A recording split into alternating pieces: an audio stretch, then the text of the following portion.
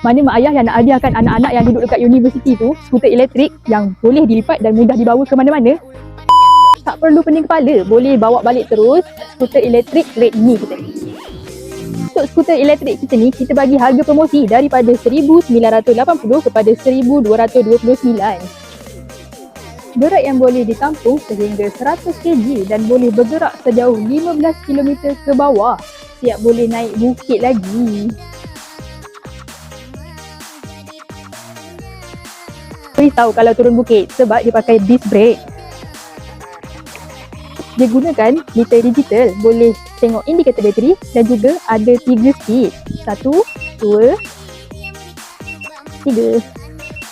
Ramadan kita dah bermula daripada 21 hingga 28 Februari 2026. Kat mana lagi Abang Akak nak dapatkan skuter Red ni? Mestilah dekat Al-Fatih Toy Chain Melaka.